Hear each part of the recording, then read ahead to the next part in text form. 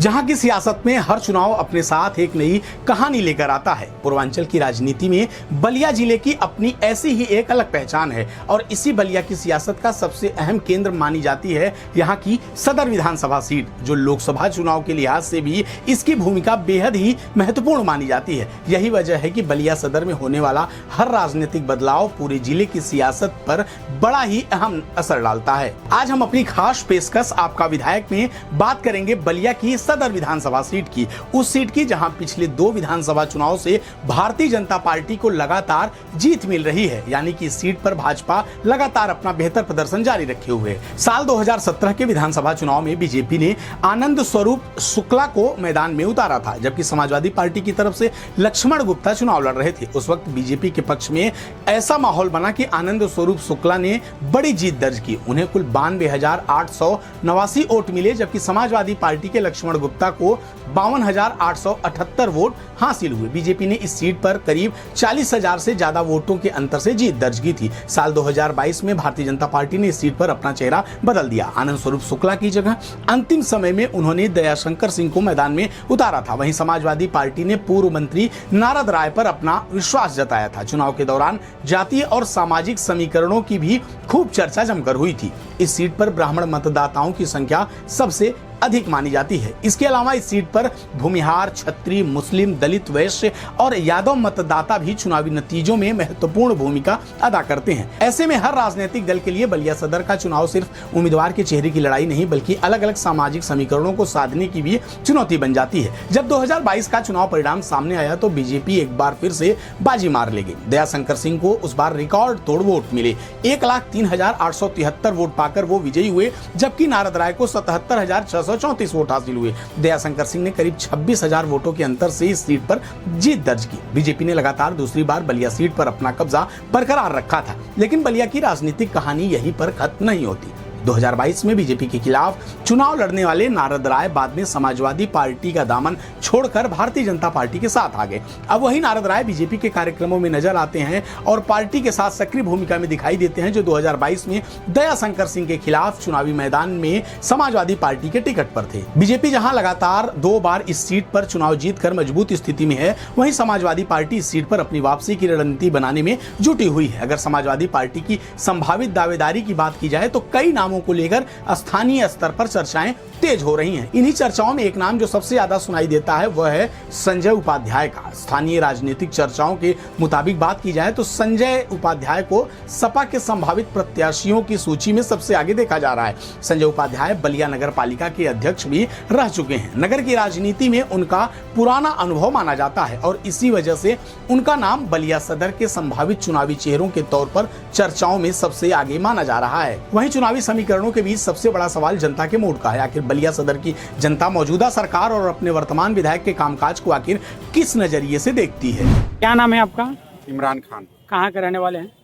मैं एक्चुअली यहीं शहर में ही क्या रहने वाला हूँ। बलिया सदर विधानसभा के सदर विधानसभा घोड़ाहरा का निवासी। 2022 के चुनाव की बात करें तो जनता के बीच में जो वर्तमान विधायक हैं या अन्य जो पार्टी के नेता भी रहे हैं, वो जनता के बीच में कौन सा मैनिफेस्टो लेकर के चुनाव लड़े थे और क्या वो पूरा हो रहा है कि नहीं? देखिए, बात तो विकास की हुई थी, लेकिन जिस हिसाब से उन्होंने वादा किया था, मैनिफेस्टो बनाया था कि मैं बलिया को बहुत अग्रणी जिला जनपद में ला दूंगा, लेकिन उस हिसाब से काम नहीं हुआ। कुछ काम हो रहे हैं, सड़कें बनी हुई हैं, परंतु जिस हिसाब से जनपद को मतलब सपना दिखाया गया था, उस सपने पर साकार नहीं हुआ है बलिया। बलिया में जो मूलभूत समस्या हैं वो क्या है?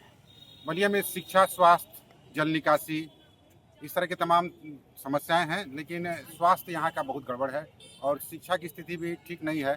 और देख रहे हैं जल जमाव तो बलिया का यहाँ पहचान बन चुका है। स्थानीय लोगों से बात करने पर तस्वीर एक जैसी नहीं दिखती है। कुछ लोगों में सरकार से लेकर वर्तमान विधायक तक को लेकर नाराजगी दिखाई देती है, तो कुछ लोगों का कहना है कि जिन उम्मीदों के साथ उन्होंने सरकार और अपने जनप्रतिनिधियों को चुना था, उन उम्मीदों के मुताबिक अभी तक धरातल पर काम होता हुआ नहीं दिखाई दे रहा है। 2022 की चुनाव की अगर बात करें तो 2022 में जब विधानसभा चुनाव हो रहा था तो यहाँ का स्थानीय मुद्दे क्या क्या थे जो जनता के बीच में, जो यहाँ पर सपा, बसपा, कांग्रेस को लोग चुनाव लड़ रहे थे, जो लेकर गए थे?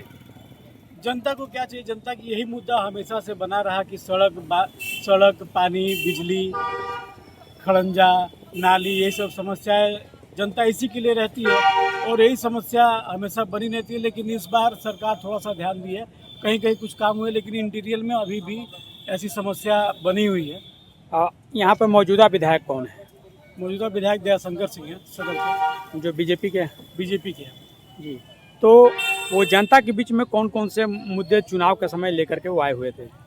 जनता के बीच में विकास करने के मुद्दे, समस्याओं का समाधान करना, सड़क, बिजली, पानी, समय से बिजली आना। वहीं बातचीत में दूसरी तरफ कुछ लोग सरकार के कामकाज को लेकर सकारात्मक भी नजर आते हैं। जनता के बीच सबसे बड़े मुद्दे आज भी सड़क, बिजली, पानी के ही हैं। लोगों का कहना है कि सरकार ने इन बुनियादी सुविधाओं पर पहले की तुलना में कुछ ध्यान जरूर दिया है, लेकिन इस क्षेत्र के दूर दराज इलाकों में अभी भी सड़क, बिजली, पानी से जुड़ी तमाम समस्याएं देखने को मिलती हैं। यानी कि सरकार के कामकाज को लेकर जनता की राय पूरी तरीके से एक जैसी बिल्कुल नहीं दिखाई देती। कुछ लोग विकास कार्यों को लेकर संतुष्ट नजर आते हैं, तो कुछ का कहना है कि अभी बहुत कुछ इस क्षेत्र में किया जाना बाकी है।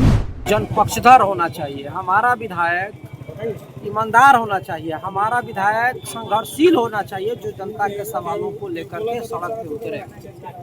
2022 के चुनाव में जो यहाँ पर वर्तमान विधायक हैं या विपक्ष भी जो लोग चुनाव लड़े थे, उन लोगों का मुख्य एजेंडा क्या था जो जनता के बीच में लेकर के घूम रहे थे? देखिए, सबसे बड़ा यहाँ मामला ये है कि जो एजेंडा है वह जातिवाद का एजेंडा है, जो राजनीतिक दलों का।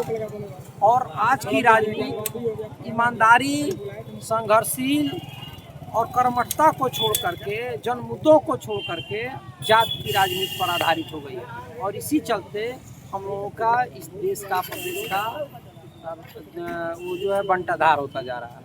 सदर विधानसभा बलिया के विधायक एवं परिवहन मंत्री से आप कितना संतुष्ट हैं? देखिए, हम क्या, जनता संतुष्ट नहीं है, इस सरकार से संतुष्ट नहीं है। परिवहन मंत्री की क्या बात है? यह सरकार ईमानदार नहीं है, यह सरकार जनपक्षधर नहीं है। चुनाव में अक्सर जनता से बड़े बड़े वादे किए जाते हैं, विकास की तस्वीर बदलने का दावा किया जाता है। सड़क, बिजली, पानी से लेकर रोजगार और बुनियादी सुविधाओं तक कई वादे चुनावी मंचों से किए जाते हैं। लेकिन चुनाव बीत जाने के बाद उन वादों में से कितनी जमीन पर दिखाई देते हैं, इसका जवाब जनता के पास जाकर ही बेहतर ढंग से मिल सकता है। यहाँ तीसरी बाइट। बलिया सदर में भी जब विकास के दावों और जमीनी हकीकत को लेकर लोगों से सवाल किया गया, तो कई लोगों ने कहा कि बलिया के विकास को लेकर जिस तरीके के वादे किए गए थे, उस स्तर पर काम धरातल पर होता हुआ नहीं दिखता है। कि पिछला मुद्दा जो था, जो भाजपा का, तो वो सड़क, बिजली, स्वास्थ्य, सीवर, जेल, तमाम चीज़ें थी। लेकिन इसमें से अगर माना जाए तो मान के चलिए कि कुछ मुद्दों पर बीजेपी अपने से, ये आपका रोडवेज के लेकर के, जुहू चौपाटी को लेकर के, जैसा कि लोग कह रहे हैं कि काम कर रहे हैं, उनके पार्टी के लोग, उनके समर्थक लोग कह रहे हैं कि संतुष्टिजनक हमारा काम हो रहा है। वहीं विपक्षी और आम जनता के बीच में जो सर्वे किया जा रहा है, तो यहाँ पे काफ़ी असंतुष्ट दिख रहे हैं। एक तरफ भाजपा जो है अपना प्लस माने हम काम कर रहे हैं, हमने ये काम किया, हमने तमाम अपनी उपलब्धियाँ उनके कार्यकर्ता तमाम गिनवा रहे हैं। लेकिन वहीं दूसरी तरफ विपक्ष हो लिया जा, उनकी कमियों को वास्तविक गिनवा रहे हैं, तो वास्तव में धरातल पर दिख भी रहा है। स्वास्थ्य पर आइए, स्वास्थ्य को लेकर के दवाई तो प्रचुर मात्रा में आ रही है, इसमें कोई चीज़ नहीं, लेकिन मानव संसाधन एकदम जीरो पर। ट्रामा सेंटर बन गया, अभी क्रिटिकल सीसीयू बनने जा रहा है। अच्छा, आप हॉस्पिटल बनाते जाइए, हर चीज़ व्यवस्था, मानव संसाधन नहीं रहेगा, क्या करेंगे आप? मरीज आ रहे हैं, तमाम लोग आ रहे हैं। जेल आप बनवा रहे हैं, ठीक है, जेल के ज़मीन के क्वारे नहीं हुआ, ये मैं नहीं कह रहा, ये जनता करी, कैदियों के जो परिजन वो कह रहे हैं। और वो जो बाहर जा रहे हैं, ठीक है, जेल बन गया होता है, आप कैदियों को बाहर किए होते हैं, आप आउट बाहर किए होते हैं। ऐसी भी जेल नहीं थी कि जो फंस रही थी, टूट रही थी, ठीक है, पानी लग रहा था, पानी समस्या नहीं जान सकता था, पंप लेके थे सब। आप रोडवेज बना रहे हैं, रोडवेज अगर कंपनी काम कर रही है, तो कंपनी में क्या 5-10 लोग काम करते हैं? कंपनी में 100-200 हज़ार लोग मिस्त्री काम करते हैं, तेज़ी से काम है, वो अभी काम।